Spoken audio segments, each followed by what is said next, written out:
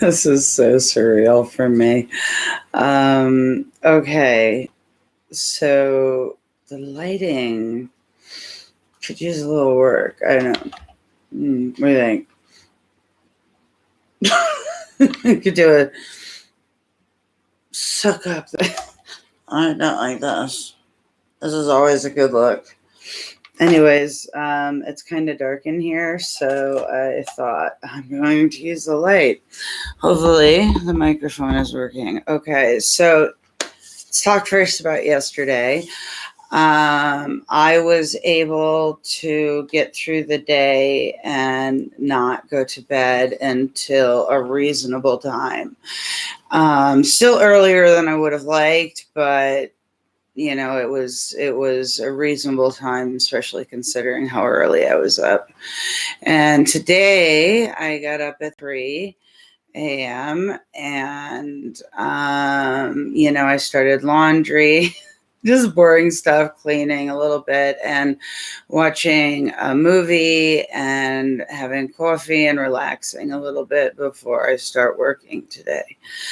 And so just a few minutes ago, the darkness hit me, and it sort of fits with it comes after like a certain time frame in the day. I don't even know that it's related to the medication because it not necessarily in the day, but like from when I wake up to when I have this.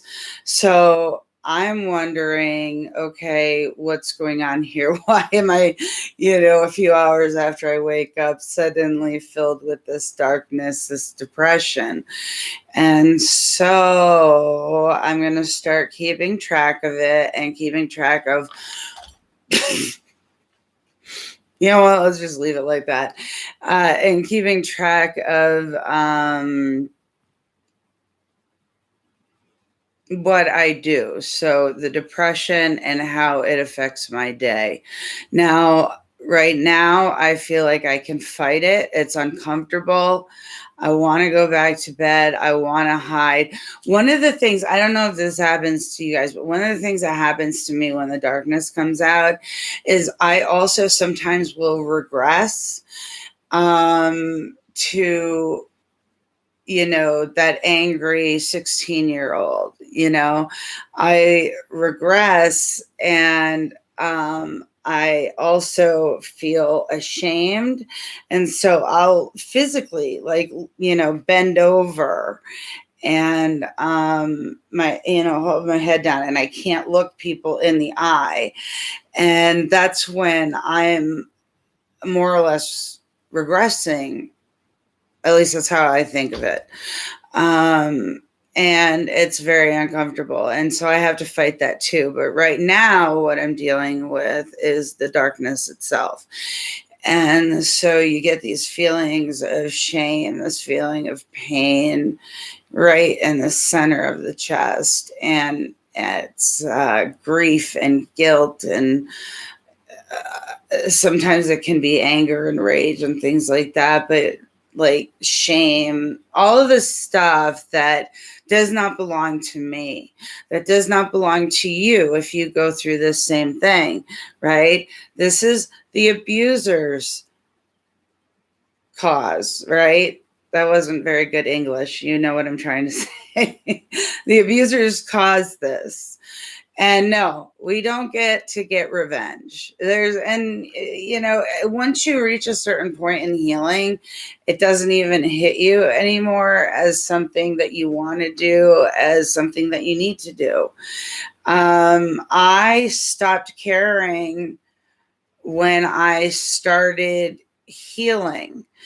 And I also realize, that I've been separating myself from it as well, in a way. Slurp. Not sure if it's good or bad, but I look at it like, oh, this happened to past me. And so, I had a memory. I was thinking of one of the foster homes I was in, and how upset they were that I, of course, was lying when asked about, a friend of theirs. And it was a small thing, but he was trying to molest me in a very weird way. And, I didn't quite understand what was happening because I was just a kid. But when you're a foster kid, you're fair game. When you're a foster kid, nobody gives a shit. When you're a foster kid, they're going to believe the abuser over you because they'll call you dramatic. They'll say you're overreacting. They won't go into the cause or the reason or try to understand why. I got manipulative a lot. It was my fault that adults would argue. It was my fault that bad things would happen, And anyways, so when it's really bad, like sometimes I'll regress. And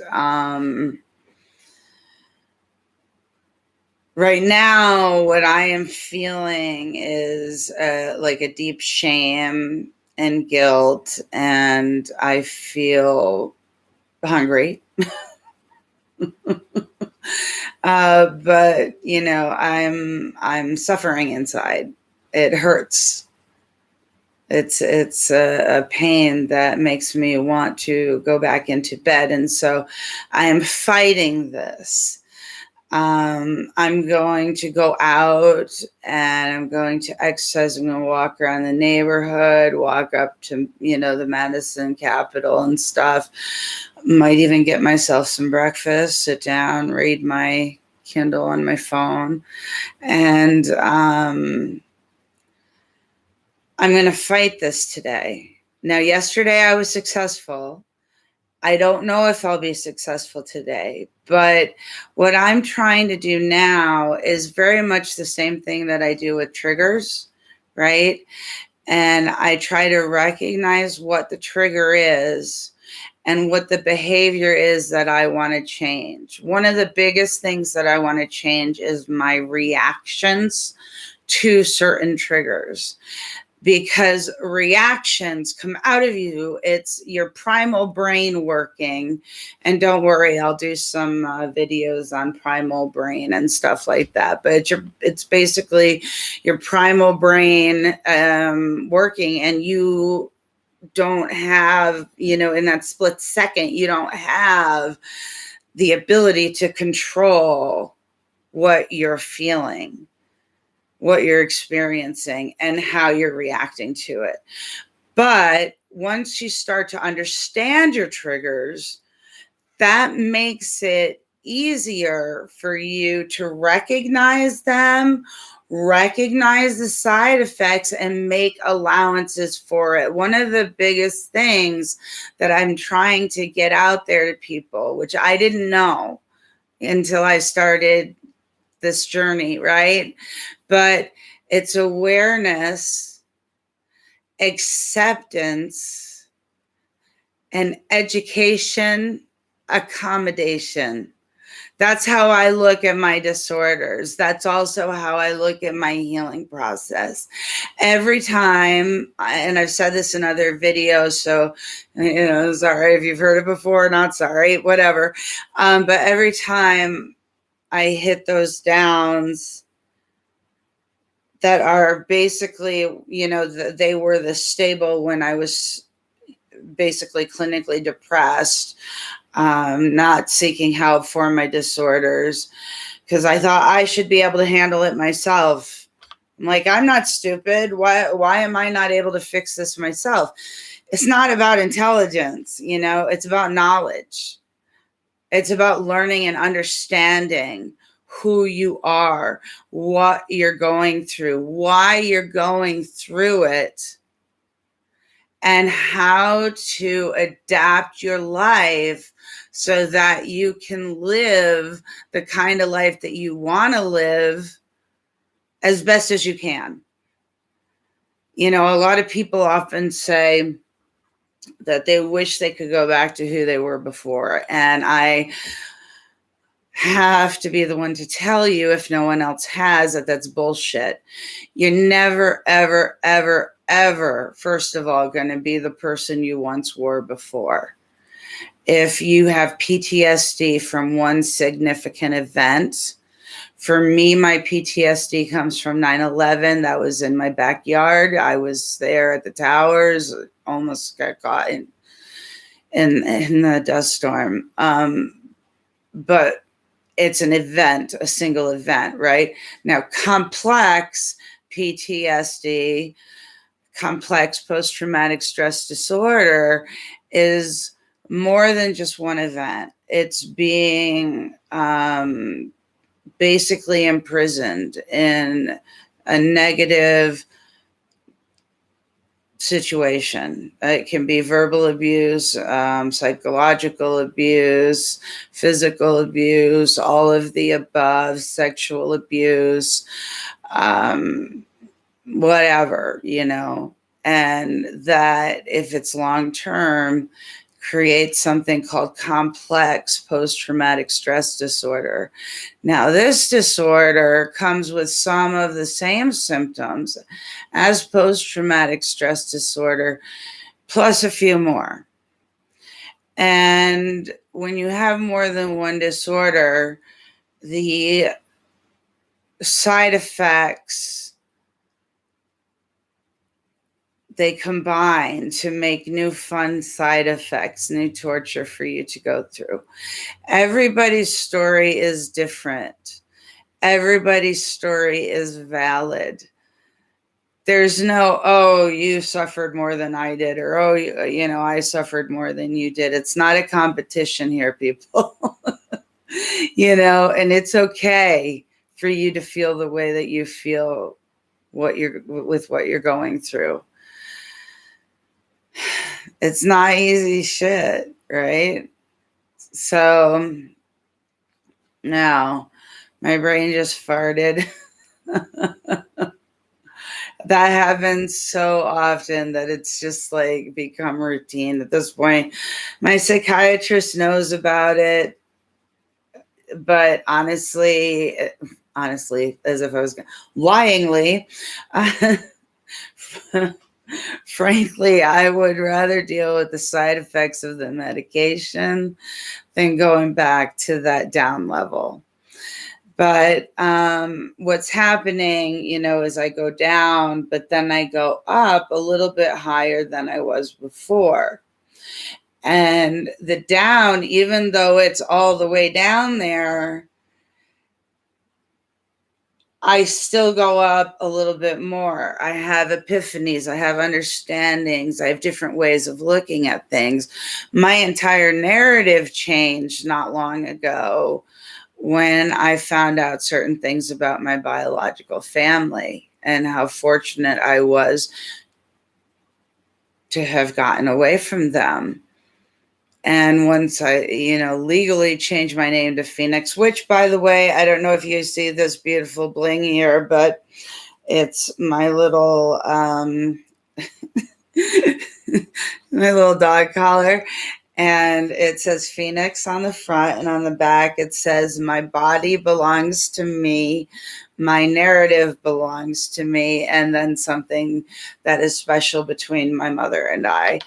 And so I have that on there, and I'm probably going to wear it all the time, even though it fucks up my, you know, my other necklaces. I'll figure something out. Anyways, I always get off the topic, but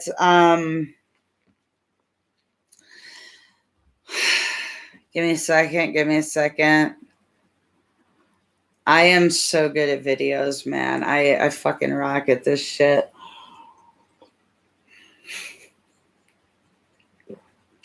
Let's just assume that I said what I was going to say. Oh, yeah, the ups and downs. Well, what's happening is the medication, and now keep in mind that it's taken 3 years just to get where I am now. Okay.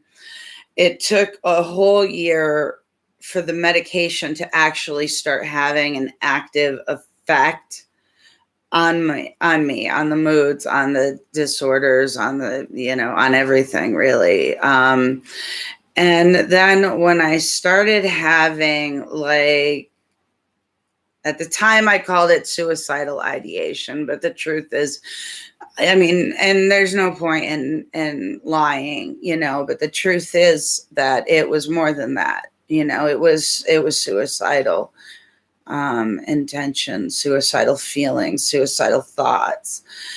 My biological mother committed suicide when she was 38, 39. She was younger than me. She was a fucking baby.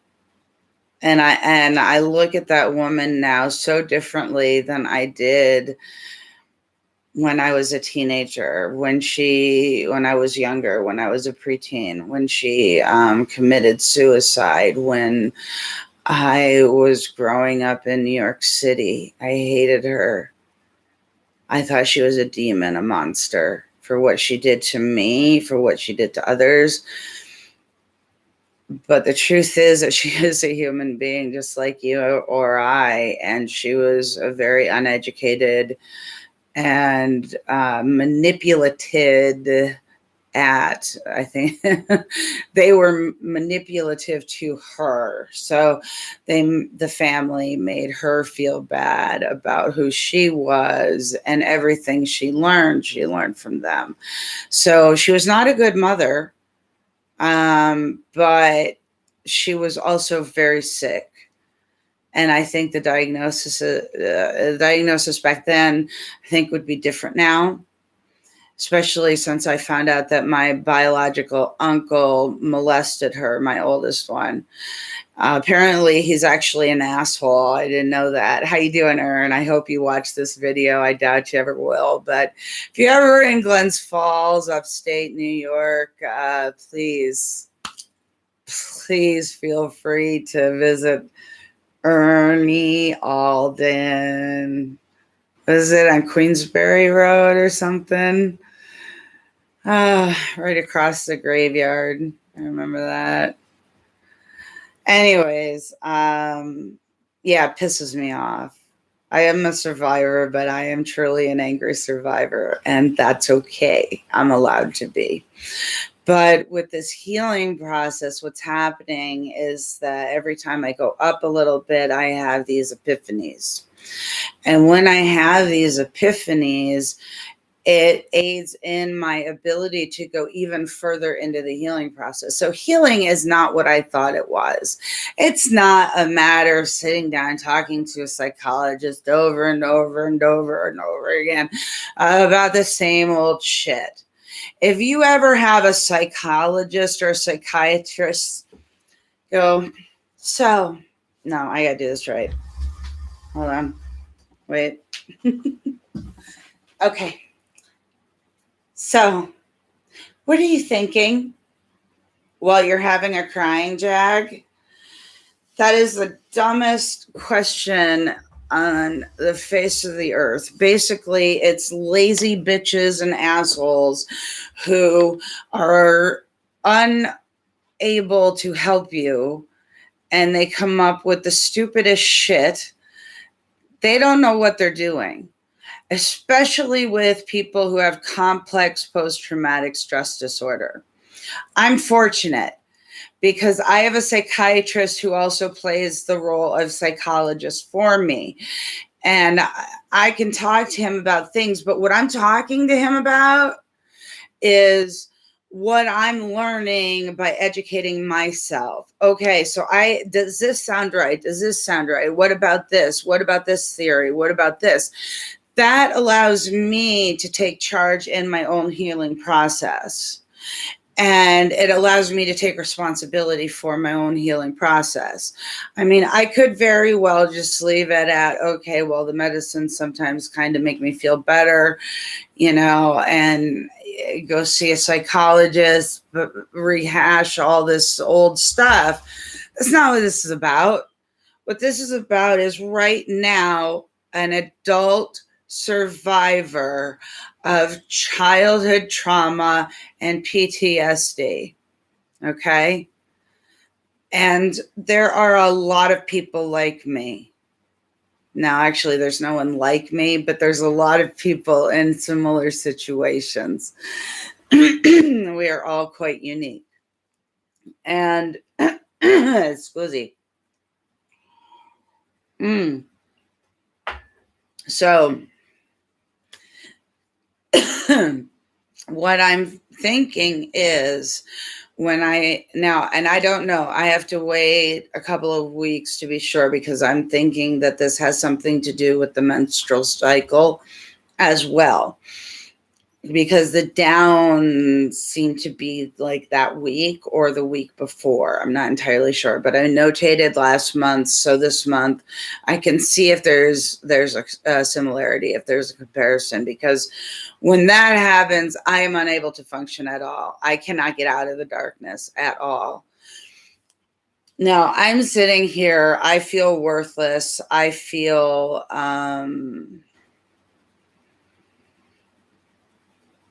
darkness. That's the best way that I can describe it. And that darkness contains that worthlessness, the guilt and shame, and so many other emotions that do not belong to me. I did not come into this world with them. They were given to me, forced upon me. They are a part of me. They define me. I think it's so funny when people say, oh, my abuse doesn't define me. Of course your abuse defines you.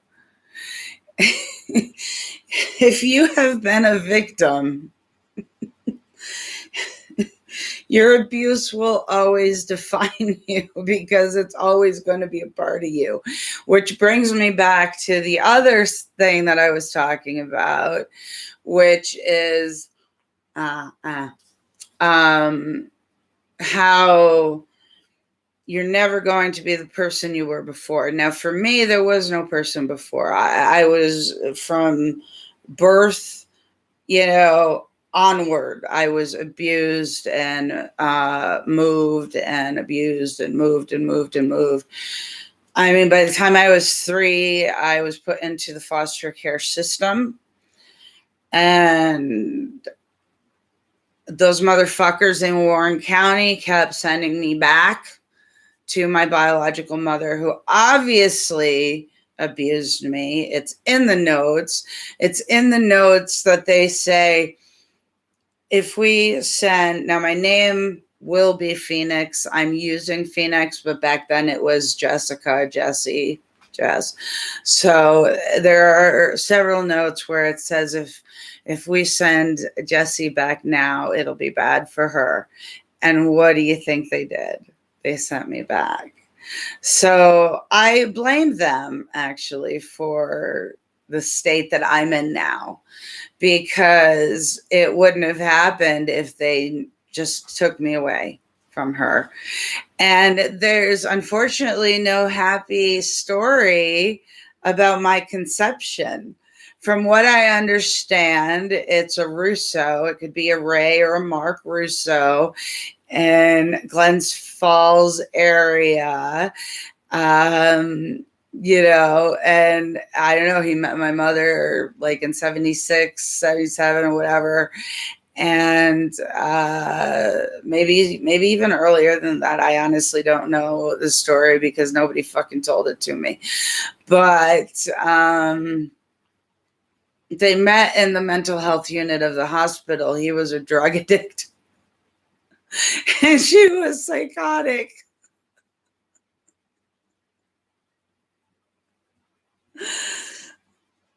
Can you imagine the fucking drama there? And apparently I found out later that like he was married and had a kid my age. So I have at least a half brother out there. Oh man, I'll tell you what. I don't ever want to know, because they could turn out to be complete assholes. And I've got what I need in my life. And now it's time for me to build my life. And in doing that, I have to fight the darkness inside of me. I can't do it all the time. I'm not at that stage yet. I don't know if I'll ever be at that stage, but I am at the stage where I can take responsibility for who I am, for what I do, for what I say, for how I present myself. And that I have decided to stay true to me. So what makes me happy is how I will be. I don't give a flying fuck about societal standards. I don't care what your image of beauty is. I'm beautiful. It doesn't matter what somebody else thinks. And no one has power or control over me because I won't allow it. Okay. It was not that way when I was younger. It was very different when I was younger. And I'll get into that another time. That's not what this is about. So, long stories. With the ups and downs, however, what I think is happening now is that I'm getting even more able to fight back by reaching out, by talking about it, by getting some form of exercise, trying to distract myself somehow. And that seems to be helping so far. I do not know how this day will end at all. I don't know how every day I sort of go into, let's just see how the body is today. And then I impulsively choose of where I'm going to work and when I'm going to play and when I'm going to work again. So, that's kind of nice to have that ability. Now I just need to actually make my business function. So I had to focus on that now. But I do think there's progress, even though when I am in those moments when I am feeling the pain and the grief, all the videos I've done on Facebook where I'm having the meltdowns, I'm not out of the woods. Those downs are very real and very painful for you, for the people who support you. It's hard. They just need to accept. That's it. They don't have to understand it, because unless they've gone through the abuse you've gone through or similar abuse, they're not going to understand it. They're never going to be able to understand it because their brains do not function the same way that our brains function. And they can't imagine, they can try to imagine, but they can't truly imagine what it's like to be abused, what it's like to be constantly abused, to be in a religious cult, to deal with religious fanaticism,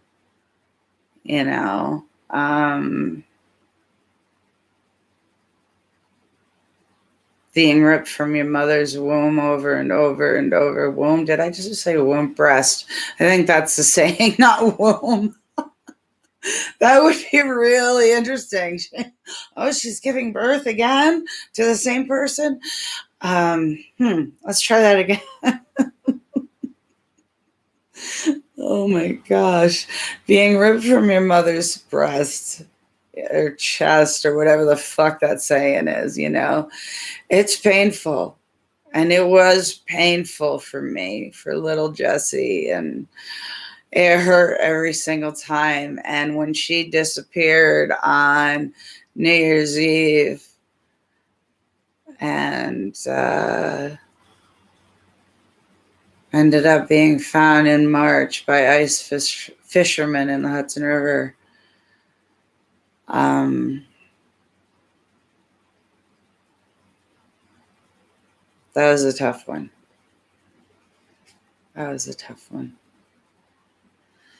Especially when the dumbasses come to you and go, we found someone shot on the Hudson River Bridge. We think it might be your mother. Your grandmother's going to go see her. What kind of, I mean, it was the 80s. I know, but I mean, even back then, how fucking stupid do you have to be to come to a child several times with shit like that before her mother is finally found, in March? And I mean, you know what I mean? Does that make sense? It's got to make sense, right? I can't be the only one that's like, what the fuck were they thinking? They didn't need to tell me this. I didn't need to know that. But yeah, that's the joy of some of the stories there. And the wonderful thing about every time that I come up a little bit further, which means I can start to see things a little bit different. I can understand things a little bit better. And I know myself a little more. And if I'm lucky or unlucky, depending upon how you look at it, a new memory will resurface. It's an interesting thing when that happens because your brain goes, oh, it's been here all the time.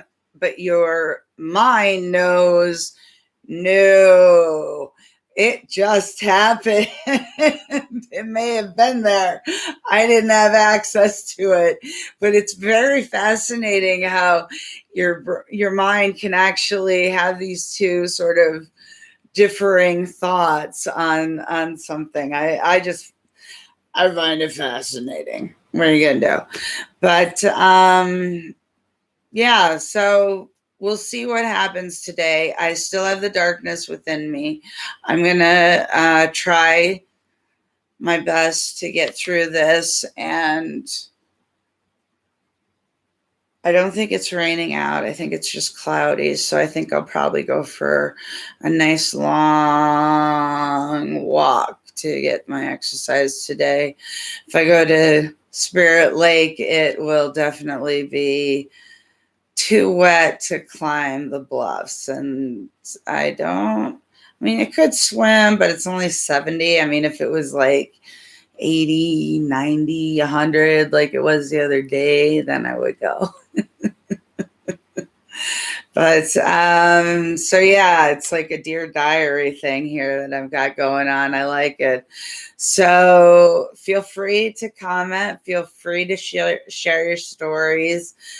I'm looking for people to, build a community. We are survivors. There is no shame in that. There is no shame in who you are. There is no shame in what you look like. None of that shit even matters in the scheme of things, right? What the fuck do you care what other people think of you? It's time to start focusing on yourself, seeing yourself as valid, and protecting yourself.